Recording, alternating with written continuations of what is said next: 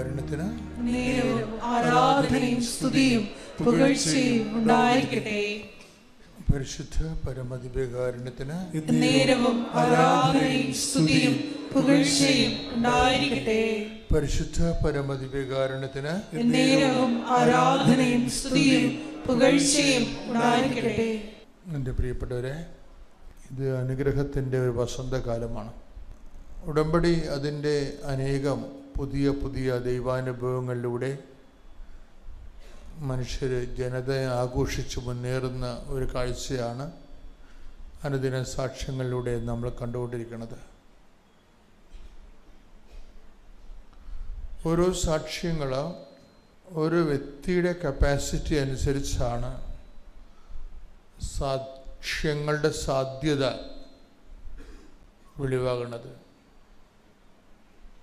ഇപ്പം ഞങ്ങളെ പോലെയുള്ള സ്പിരിച്വൽ മെക്കാനിസ്റ്റുകൾ എപ്പോഴും ചെയ്യണത് വ്യക്തിയുടെ കപ്പാസിറ്റി വർദ്ധിപ്പിക്കാനുള്ള ഫോർമുല, സുവിശേഷ സൂത്രവാക്യങ്ങൾ കണ്ടെത്തിക്കൊണ്ട് നിങ്ങൾക്ക് എല്ലാ ആഴ്ചകളിലും അതിൻ്റെ ടിപ്സ് പറഞ്ഞു തരും.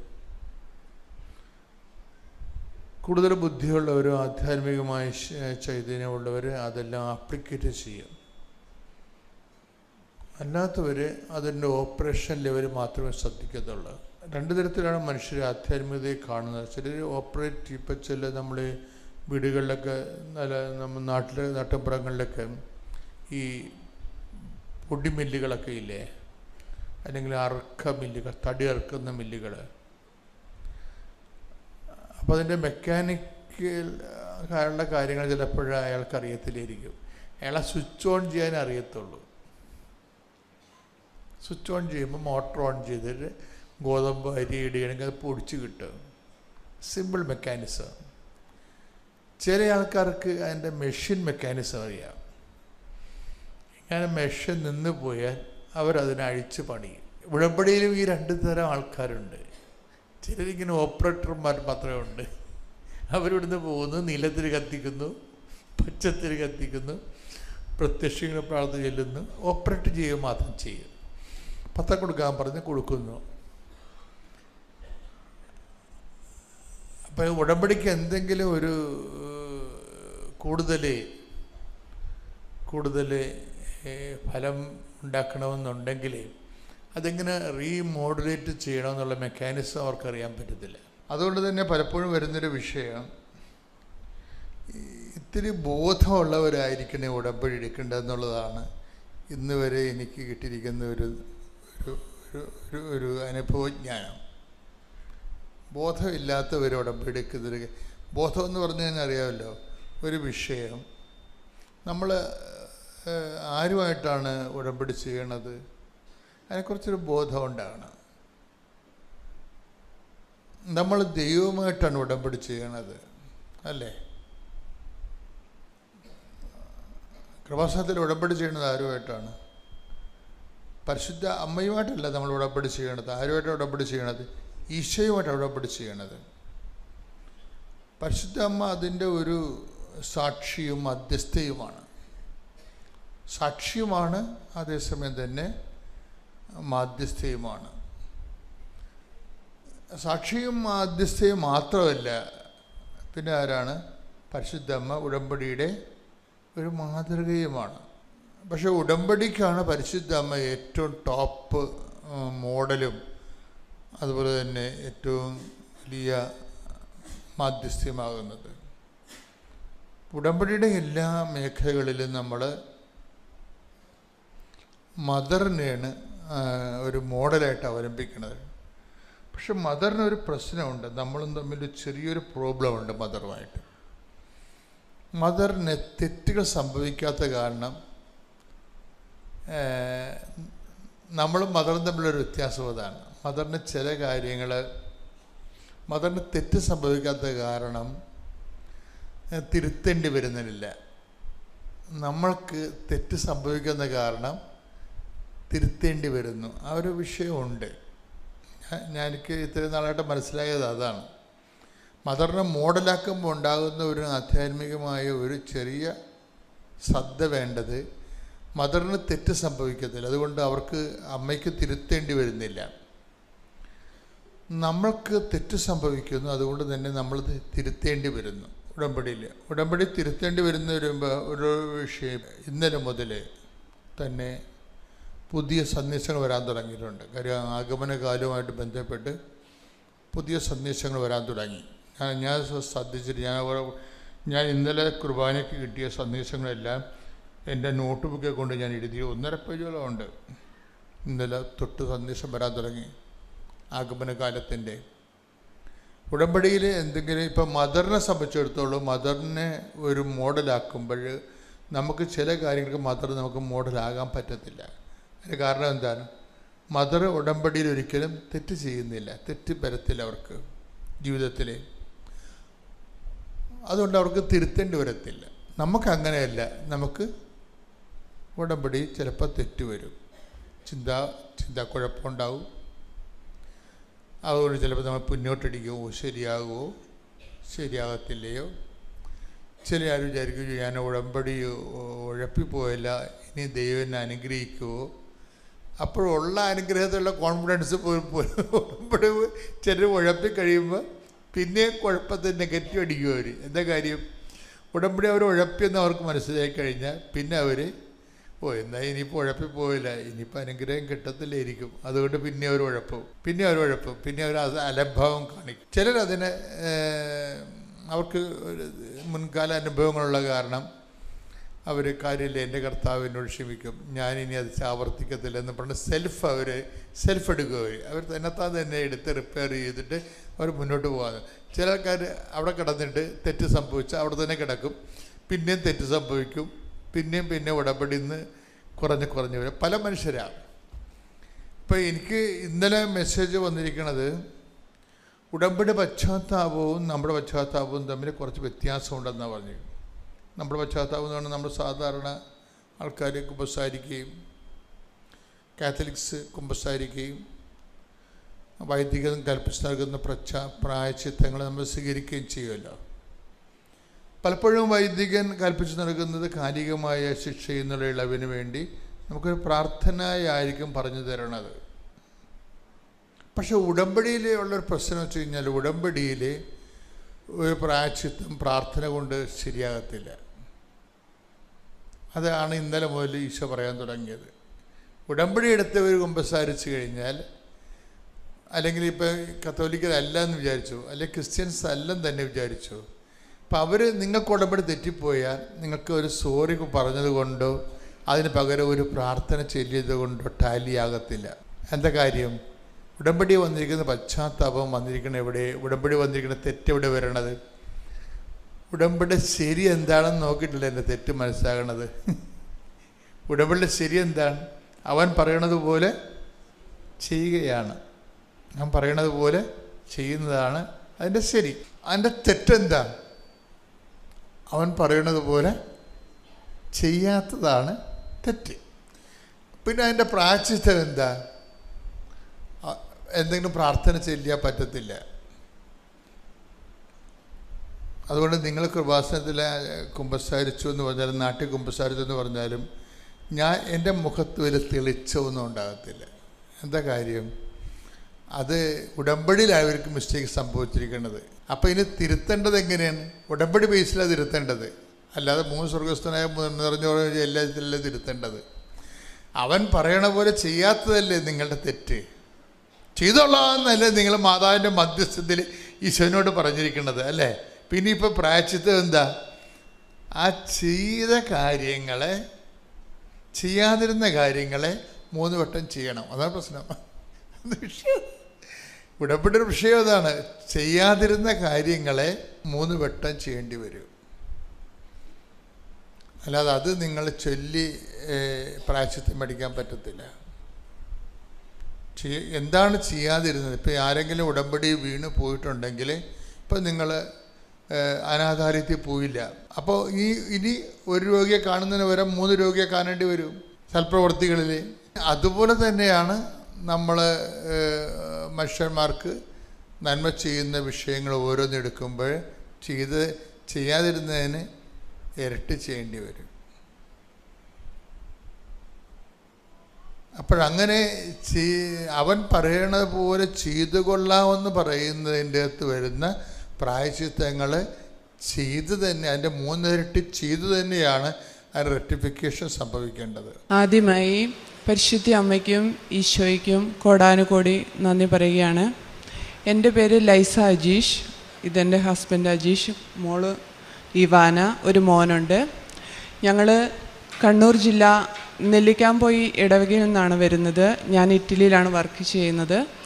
ഞാൻ 2020 ആദ്യമായിട്ട് ഇവിടെ ഉടമ്പടി എടുത്തത്. കഴിഞ്ഞ വർഷം ഞാനിവിടെ വന്ന് സാക്ഷ്യം പറഞ്ഞു. മോള് ഉണ്ടായതിൻ്റെ 17 വർഷം കൂടി അവൾ മോളുണ്ടായതിൻ്റെ സാക്ഷ്യം ഞാനിവിടെ പറഞ്ഞതാണ്. ഈ പ്രാവശ്യം എനിക്ക് മാതാവ് ഒത്തിരി അനുഗ്രഹങ്ങൾ വാരിക്കോരി തന്നിട്ടുണ്ട്. പിന്നെ ഞാനിവിടെ വരാൻ കാരണം ഇമ്പോർട്ടൻ്റ് അഖണ്ഡ ജപമാലയിൽ പങ്കെടുക്കാനാണ്. ഞാൻ ഇന്നലെയാണ് ഇവിടെ എത്തിയത്. ആ കൂട്ടത്തിൽ സാക്ഷ്യവും പറയണം, ഉടമ്പടി പുതുക്കണം. ആദ്യമായിട്ട് എനിക്ക് കിട്ടിയ സാക്ഷ്യം, 8 മാസം മുൻപ് ഞാൻ ഇവർക്ക് വിസയ്ക്ക് വേണ്ടി അപ്ലൈ ചെയ്തിട്ടുണ്ടായിരുന്നു. സാധാരണ അവിടെ 1.5 വർഷം കഴിയാതെ ഒരിക്കലും നമുക്ക് വിസ അടിച്ച് കിട്ടില്ല ഇറ്റലിയിൽ. ഇപ്പം അങ്ങനെയാണ്.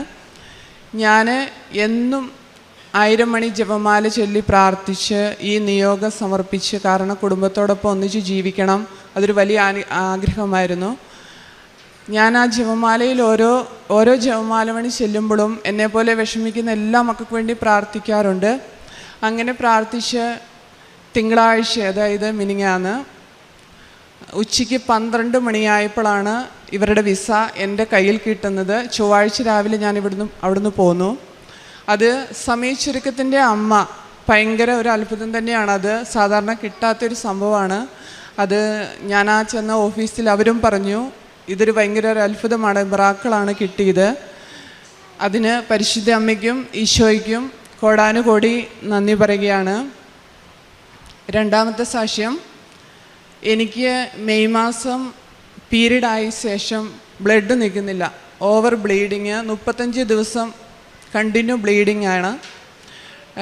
ഡോക്ടറെ കാണിച്ചപ്പോൾ ഡോക്ടർ പറഞ്ഞു യൂട്രസിന് പ്രശ്നമൊന്നുമില്ല, മരുന്ന് കഴിച്ചാൽ മതി എന്ന് പറഞ്ഞു. പക്ഷേ ഞാൻ മരുന്ന് കഴിച്ചില്ല. പരിശുദ്ധ അമ്മയുടെ വിശുദ്ധ തൈലം വയറേ തൂത്ത് ഞാൻ വിശ്വാസ പ്രമാണം ചൊല്ലി പ്രാർത്ഥിച്ചു.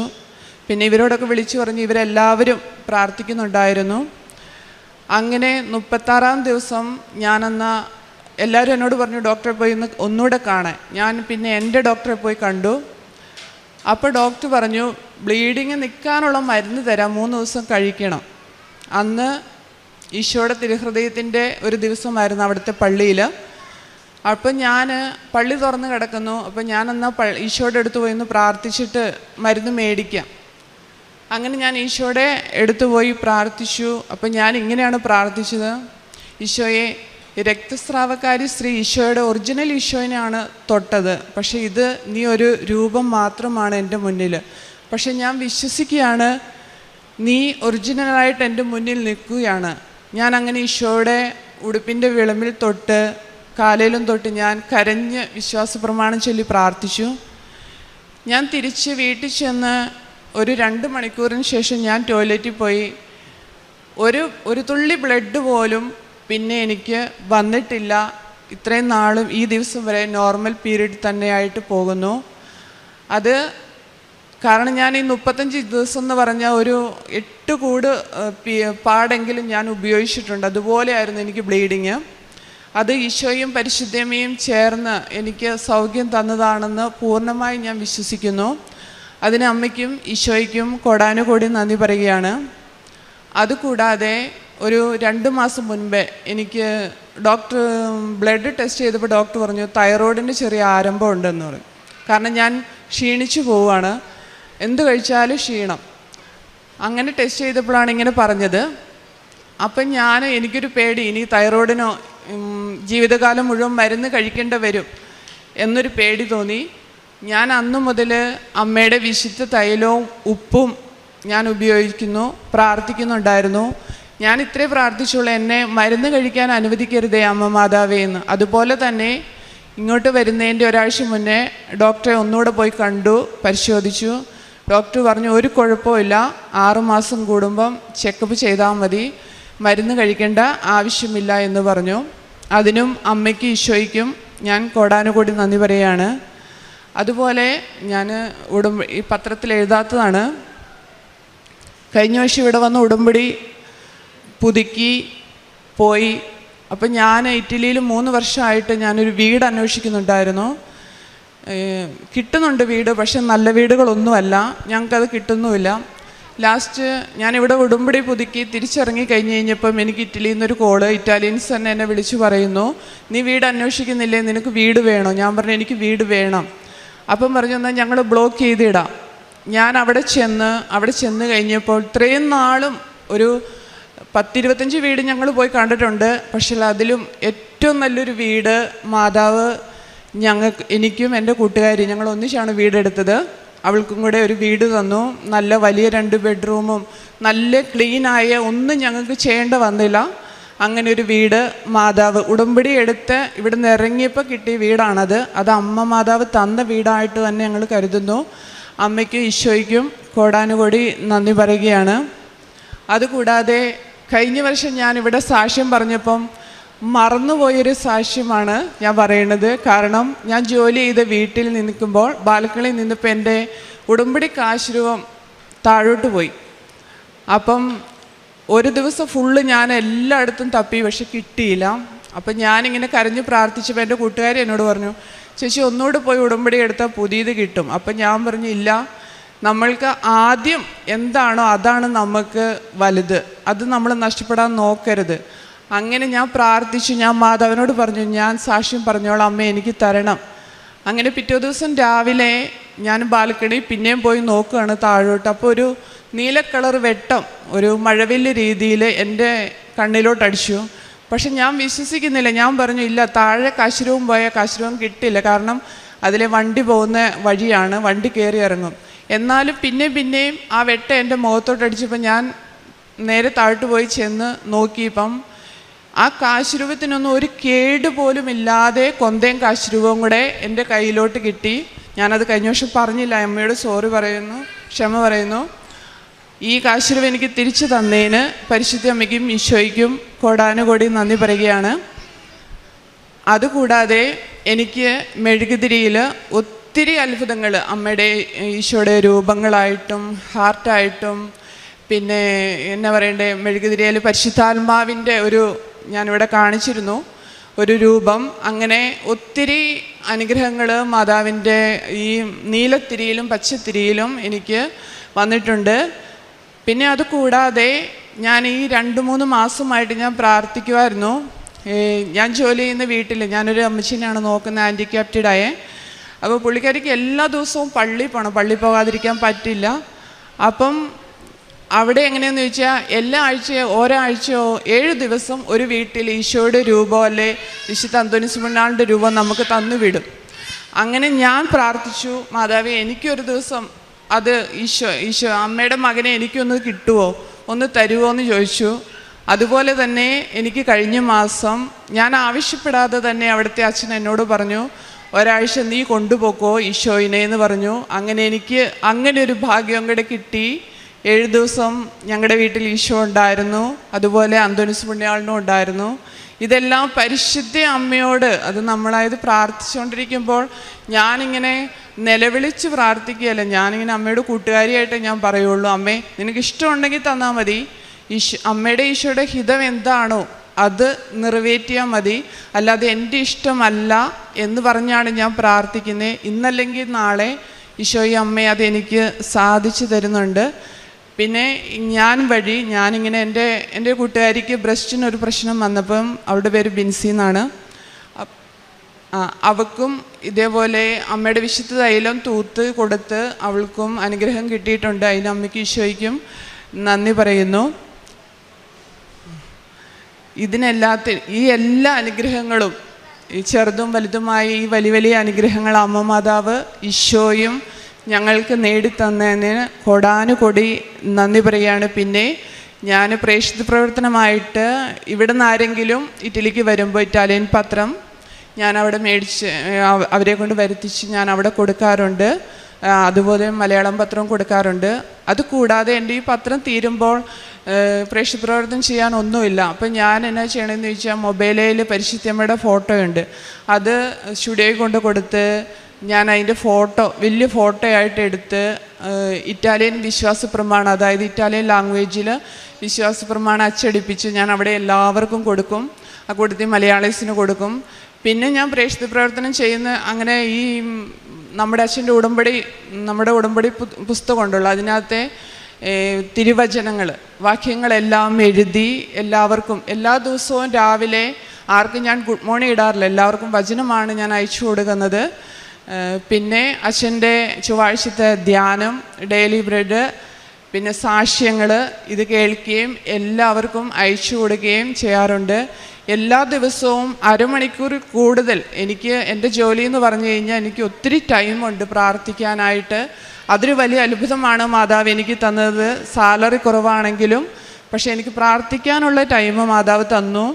അങ്ങനെ അരമണിക്കൂർ കൂടുതൽ വചനം വായിക്കാറുണ്ട്. എല്ലാ ദിവസവും തന്നെ എനിക്ക് ദേവാലയത്തിൽ പോയി വിശുദ്ധ ബലിയിൽ പങ്കെടുക്കാം. കാരണം ഞാൻ നോക്കുന്ന അമ്മച്ചിനെ കൊണ്ട് വിശുദ്ധ ബലിയിൽ പങ്കെടുക്കാൻ എനിക്ക് പോകണം. അതിനും മാതാവ് എനിക്ക് ഭാഗ്യം തന്നു. ഇതിനെല്ലാത്തിനും അമ്മയ്ക്കും ഈശോയ്ക്കും കൊടാനുകൂടി നന്ദി പറയുന്നു. പിന്നെ മറ്റുള്ളവരെ സഹായിക്കുക എന്ന് പറഞ്ഞാൽ ഞാൻ ഫേസ്ബുക്കിലും അവിടെ ഇവിടെയൊക്കെ കാണുന്ന ഈ സഹായം ചോദിക്കുന്നവർക്ക് ഞാൻ ഹസ്ബൻഡിനോട് വിളിച്ചു പറഞ്ഞു, പുള്ളിയാണ് പൈസ ഇട്ട് അയച്ചു കൊടുക്കാറ്. അങ്ങനെ സഹായിക്കാറുണ്ട്. പിന്നെ ഇറ്റലിയിലാണെങ്കിലും ലാംഗ്വേജ് അറിയാൻ മേലാത്ത ഒത്തിരി പേരിപ്പോൾ വന്നിട്ടുണ്ട്. അവർക്ക് ആശുപത്രി കേസായിട്ടാണേലും അല്ലെങ്കിൽ ഒരു അപ്പോയിൻമെൻറ്റ് ജോലിയുടെ ആവശ്യത്തിനാണേലും ഞാൻ എല്ലാവരെയും സഹായിക്കാറുണ്ട്. കാരണം ഞാൻ 21 വർഷത്തോളമായി അവിടെ. അങ്ങനെ ഞാൻ മറ്റുള്ളവർക്ക്, കാരണം അവിടെ ആർക്കും ഭക്ഷണം കൊടുക്കാനൊന്നും ആരും മേടിക്കുകയില്ല, അങ്ങനെ അതുകൊണ്ട് അത് ചെയ്യാൻ പറ്റിയല്ല. അതുകൊണ്ട് ഞാൻ ഇങ്ങനെയാണ് പ്രേക്ഷിത പ്രവർത്തനങ്ങൾ ചെയ്യുന്നത്. എല്ലാത്തിനും എനിക്കിതൊക്കെ ചെയ്യാനുള്ള ആയുസ്സും ആരോഗ്യവും കൃപയും പരിശുദ്ധമ്മ ഈശോയും പരിശുദ്ധാത്മാവുമാണ് തന്നത്. എല്ലാത്തിനും അമ്മയ്ക്കും ഈശോയ്ക്കും കോടാനുകൂടി നന്ദി പറയുന്നു. ഞങ്ങൾ 2023 ഡിസംബറിൽ കുവൈറ്റിൽ നല്ലൊരു ജോലി ഉണ്ടായിരുന്നു. അവിടുന്ന് റിസൈൻ ചെയ്ത് ന്യൂസിലാൻഡിന് പോകാൻ വേണ്ടിയിട്ട് നാട്ടിൽ വന്നു. എല്ലാം പേപ്പർ വർക്കൊക്കെ കഴിഞ്ഞു. ഞങ്ങളിപ്പോൾ പോകാമെന്നുള്ള രീതിയിൽ എല്ലാവരോടും പറഞ്ഞു. അങ്ങനെ വിസയ്ക്ക് വെച്ച് കഴിഞ്ഞപ്പോഴത്തേനും പെട്ടെന്ന് ഏജൻസിയിൽ നിന്ന് വിളിക്കുകയാണ്, നിങ്ങൾക്ക് വിസയ്ക്ക് ഇടാൻ പറ്റത്തില്ല, OETയുടെ റിസൾട്ടിൽ ഡേറ്റ് ഓഫ് ബർത്ത് തെറ്റായിട്ടാണ് കാണിക്കണേ, പാസ്പോർട്ടിൽ നിന്ന് ചേഞ്ച് ചെയ്തിരിക്കുകയാണ്. അപ്പോൾ അതുകൊണ്ട് നിങ്ങൾക്ക് ഈ OETയുടെ റിസൾട്ട് വെച്ച് പോകാൻ പറ്റില്ല, നിങ്ങൾ ഒന്നുകൂടെ OET എഴുതുക, അല്ലെങ്കിൽ IELTS എഴുതുക, അങ്ങനെ പറയാം. ഭയങ്കര എളുപ്പമാണ് പറയാനായിട്ട്, പക്ഷെ നമ്മൾ എത്രത്തോളം സ്ട്രഗിൾ ചെയ്തിട്ടാണ് ഇവിടം വരെ എത്തിയെന്ന് നമുക്ക് മാത്രമേ അറിയുള്ളൂ. അപ്പോൾ എനിക്ക് ഏതായാലും അത് പറ്റില്ല എന്നായി. അപ്പം ഞാനൊരു വൈകുന്നേരം ഇത് അറിയണത്. ഞാൻ പെട്ടെന്ന് തന്നെ തീരുമാനം എടുത്തു, പിറ്റേന്ന് രാവിലെ കൃപാസനത്തിൽ പോവാം, അതായിരുന്നു എൻ്റെ തീരുമാനം. അങ്ങനെ ഞാനിവിടെ രാവിലെ വന്ന് വിശുദ്ധ കുർബാനയെ സംബന്ധിച്ചു. അതിന് ശേഷം ഞാൻ അച്ഛനെ കാണാനുള്ള ടോക്കൺ എടുത്തു, ഉടമ്പടി പുതുക്കി. അത് കഴിഞ്ഞിട്ട് അച്ഛനെ കാണാനായിട്ട് ഇവിടെ വന്നു, അച്ഛൻ പ്രാർത്ഥിച്ചു. അത് കഴിഞ്ഞിട്ട് ഞാൻ വീണ്ടും ഏജൻസീനെ വിളിച്ചിട്ട് പറഞ്ഞു, നിങ്ങൾ വിസയ്ക്ക് ഇടണമെന്ന് പറഞ്ഞു. അപ്പോൾ അവർ പറഞ്ഞു, ഇല്ല, വിസയ്ക്ക് ഇട്ട് കഴിഞ്ഞിട്ടുണ്ടെങ്കിൽ ഒരു വട്ടം നമുക്ക് റിജക്ഷൻ വന്നിട്ടുണ്ടെങ്കിൽ പിന്നെ നമുക്ക് വിസയ്ക്ക് അപ്ലൈ ചെയ്യാൻ ഭയങ്കര പാടാവുണ്ട്, നിങ്ങൾ എക്സാം എഴുതുക തന്നെയാണ് ഇതിനുള്ള പരിഹാരം എന്ന് പറഞ്ഞു. ഞാൻ പറഞ്ഞു, ഇല്ല, റിജക്ഷൻ വന്നോട്ടെ, കുഴപ്പമില്ല, അത് ഞാൻ ഫേസ് ചെയ്തോളാം, പക്ഷേ എനിക്ക് എന്താണേലും വിസയ്ക്ക് ഇട്ടേ പറ്റത്തുള്ളൂ എന്ന് പറഞ്ഞു. അങ്ങനെ അവർ എൻ്റെ നിർബന്ധപ്രകാരം വിസയ്ക്ക് ഇട്ടു. പക്ഷേ എൻ്റെ വിശ്വാസം, എനിക്കറിയാമായിരുന്നു മാതാവ് എന്നെ സഹായിക്കുമെന്ന്. അങ്ങനെ വിസയ്ക്ക് ഇട്ടപ്പോൾ അവർ പറഞ്ഞു 21 ഡേയ്സ് കഴിഞ്ഞിട്ടാണ് ഇതിന് എന്തെങ്കിലും അപ്ഡേറ്റ് ഉണ്ടാവത്തുള്ളൂ. അപ്പം ഞാൻ പറഞ്ഞു അത് കുഴപ്പമില്ല എന്ന് പറഞ്ഞു. അങ്ങനെ ഞാൻ പ്രാർത്ഥിക്കാൻ തുടങ്ങി. എല്ലാ സമയത്തും ഞാനിങ്ങനെ നന്മ അറിഞ്ഞ മറിയമേ ചൊല്ലിക്കൊണ്ട് നടക്കാൻ തുടങ്ങി. അപ്പം എൻ്റെ അടുത്ത് മമ്മി ചോദിക്കും, നീ എന്തിനാ ഇങ്ങനെ എപ്പോഴും ഇങ്ങനെ പുറകോർത്തോണ്ട് നടക്കുന്നത്? അപ്പം നമ്മുടെ വിഷമം പേരൻസിന് അവർക്കും കൂടെ വിഷമമായതുകൊണ്ട് നമുക്ക് എല്ലാം ഒന്നും അവരോട് പറയാൻ പറ്റത്തില്ല. കാരണം നല്ലൊരു ജോലി ഉണ്ടായിരുന്നു, ഞാനെല്ലാം റിസൈൻ ചെയ്ത്, ഞങ്ങൾക്ക് 3 കുഞ്ഞുങ്ങളുണ്ട്, ഞങ്ങൾ നാട്ടിൽ വന്ന് നിൽക്കുക, ഇപ്പം ന്യൂസിലാൻഡിന് പോകുന്നതാണ് എല്ലാവരും വിചാരിച്ചുകൊണ്ടിരിക്കുന്നത്. അങ്ങനെ ഞാൻ വിസയ്ക്ക് അപ്ലൈ ചെയ്തു. ഞാനിങ്ങനെ മൊബൈലിലൊക്കെ മെസ്സേജൊക്കെ വരുമ്പോഴത്തേനും പെട്ടെന്ന് അങ്ങ് തുറന്നു നോക്കണ ഒരു ആളല്ല. പക്ഷേ ഞാൻ ഇങ്ങനെ രാവിലെ ഒരു ബ്രേക്ക്ഫാസ്റ്റ് കഴിഞ്ഞിട്ട് ഡിഷ് വാഷ് ചെയ്തുകൊണ്ടിരുന്ന സമയത്ത് ഒരു മെസ്സേജിൻ്റെ ടോൺ കേൾക്കുക. പെട്ടെന്ന് ഞാൻ എന്തോ എനിക്കത് തുറന്നു നോക്കാനായിട്ടൊരു പ്രേയർ ഉണ്ടായി. തുറന്നു നോക്കിയപ്പം അതെൻ്റെ വിസ വന്നതിൻ്റെ ഇമെയിലായിരുന്നു. 21 ദിവസമാണ് ഏജൻസി പറഞ്ഞിരുന്നത്. പക്ഷേ 3 ദിവസത്തിനുള്ളിൽ എനിക്ക് വിസ വന്നു. യാതൊരു തടസ്സമോ യാതൊരു ക്വയറീസോ ഒന്നും അതിനകത്തുണ്ടായില്ല. പക്ഷേ OETയുടെ അവിടുന്ന് ഒരു മെയിൽ വാങ്ങിച്ചായിരുന്നു. ഇത് ഒരാൾ തന്നെയാണ്, അത് ഡേറ്റ് ഓഫ് ബർത്തിൽ ഒരു ചേഞ്ച് ഉണ്ട്, പക്ഷേ ഇത് അവർ ഡിക്ലെയർ ചെയ്ത് തന്നിരുന്നു.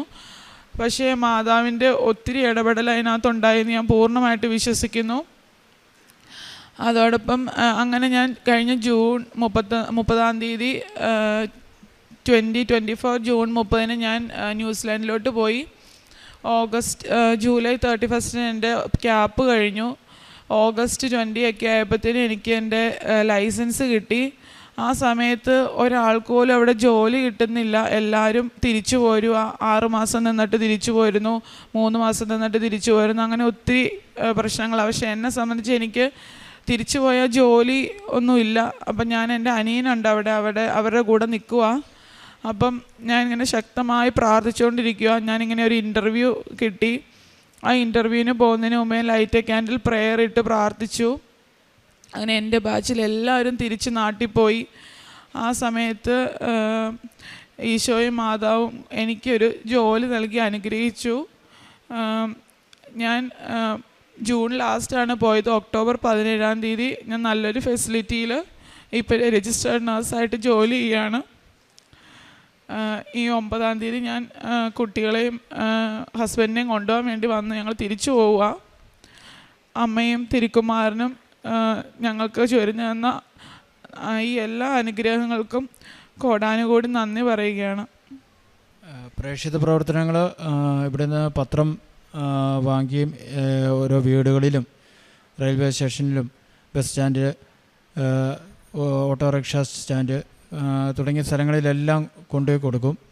അതുപോലെ തന്നെ ഞാൻ കുവൈറ്റിലായിരുന്നപ്പോൾ അവിടെ ചിലർ പത്രം വാങ്ങിച്ചിട്ട് വീടുകളിൽ ഫ്ലാറ്റുകളിൽ തന്നെ വെക്കുന്നുണ്ടായിരുന്നു കൊടുക്കാതെ. അപ്പോൾ അതൊക്കെ ഞാൻ വാങ്ങിച്ച് ഓരോ ഫ്ലാറ്റിലും കൊണ്ടുപോയി കൊടുക്കുമായിരുന്നു. അതുപോലെ തന്നെ ഈശോയെ ഏകരക്ഷകനായിട്ട് പറയാനായിട്ട് എനിക്കൊരു മടിയില്ലായിരുന്നു. അവിടെ ഞാൻ കുവൈറ്റിൽ വർക്ക് ചെയ്തുകൊണ്ടിരുന്നപ്പോൾ ഈ കുവൈറ്റീസ് വന്ന് നമ്മളോട് ഇങ്ങനെ അവരുടെ ദൈവത്തെക്കുറിച്ച് പറയുമായിരുന്നു. അപ്പോൾ ഞാൻ എൻ്റെ സ്റ്റാൻഡിൽ നിൽക്കുമായിരുന്നു. ഞാൻ പറയുമായിരുന്നു Jesus is the only saviour എന്ന് ഞാൻ പറയുമായിരുന്നു. അപ്പം എനിക്കത് പറയാനുള്ള ധൈര്യം ഉണ്ടായി. അപ്പോൾ അതല്ല, ഈ ഉടമ്പടി എടുത്ത ശേഷമാണ് എനിക്ക് ഇതെല്ലാം സാധിച്ചത്. അതുപോലെ തന്നെ 2 ആഴ്ച കൂടുമ്പോഴുള്ള കുമ്പസാരം. പിന്നെ ഞാനൊരു ഫിസിയോതെറാപ്പിസ്റ്റാണ്. ഞാൻ പേഷ്യൻസിനെ ട്രീറ്റ് ചെയ്യുമ്പം ഈ അവർ ചിലപ്പോൾ എന്നോട് കാണാം, നമുക്ക് ഉടമ്പടി എടുത്തവരുണ്ടാവാം, ഇപ്പോൾ മാതാവിനെ അറിയത്തില്ലാത്തവരുണ്ടാവാം. അപ്പോൾ അവരോടെല്ലാം ഞാൻ പറയും. അപ്പം ഉടമ്പടി തൈലവും ഉടമ്പടി ഉപ്പും ഒക്കെ ഞാൻ അവർക്ക് കൊണ്ടുപോയി കൊടുക്കുകയും അത് ഉപയോഗിക്കുകയും അങ്ങനെ അസാധ്യമെന്ന് കരുതുന്ന എന്ന് വെച്ചാൽ ഒരിക്കലും ശരിയാകാത്ത ചില കേസുകൾ വരെ ഉടമ്പടി തൈലവും ഉടമ്പടി ഉപ്പും ഉപയോഗിച്ച വഴി നല്ല റിക്കവറി പേഷ്യൻസിന് കിട്ടിയിട്ടുണ്ട്. പിന്നെ സോഷ്യൽ മീഡിയ വഴി ഷെയർ ചെയ്യും. എനിക്ക് ഒരു ഇൻസ്റ്റാഗ്രാം പേജുണ്ട്. അപ്പോൾ അതിലൂടെ മാതാവിനെയും ഈശോയും ഒക്കെ ബൈബിൾ വചനങ്ങളെല്ലാം ഷെയർ ചെയ്യുന്നുണ്ട്. പിന്നെ മറ്റുള്ളവർക്ക് ആദ്യ നാളുകളിൽ ഉടമ്പടിയെക്കുറിച്ച് 2018 ഉടമ്പടി എടുത്തതാണ് ഞാൻ.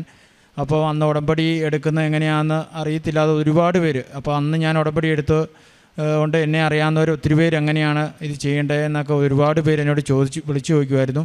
അവർക്കെല്ലാം പറഞ്ഞു കൊടുക്കാനായിട്ട് അപ്പോൾ സാധിച്ചു. ഈശോയ്ക്കും തിരുക്കുമാരനും 1000 നന്ദി.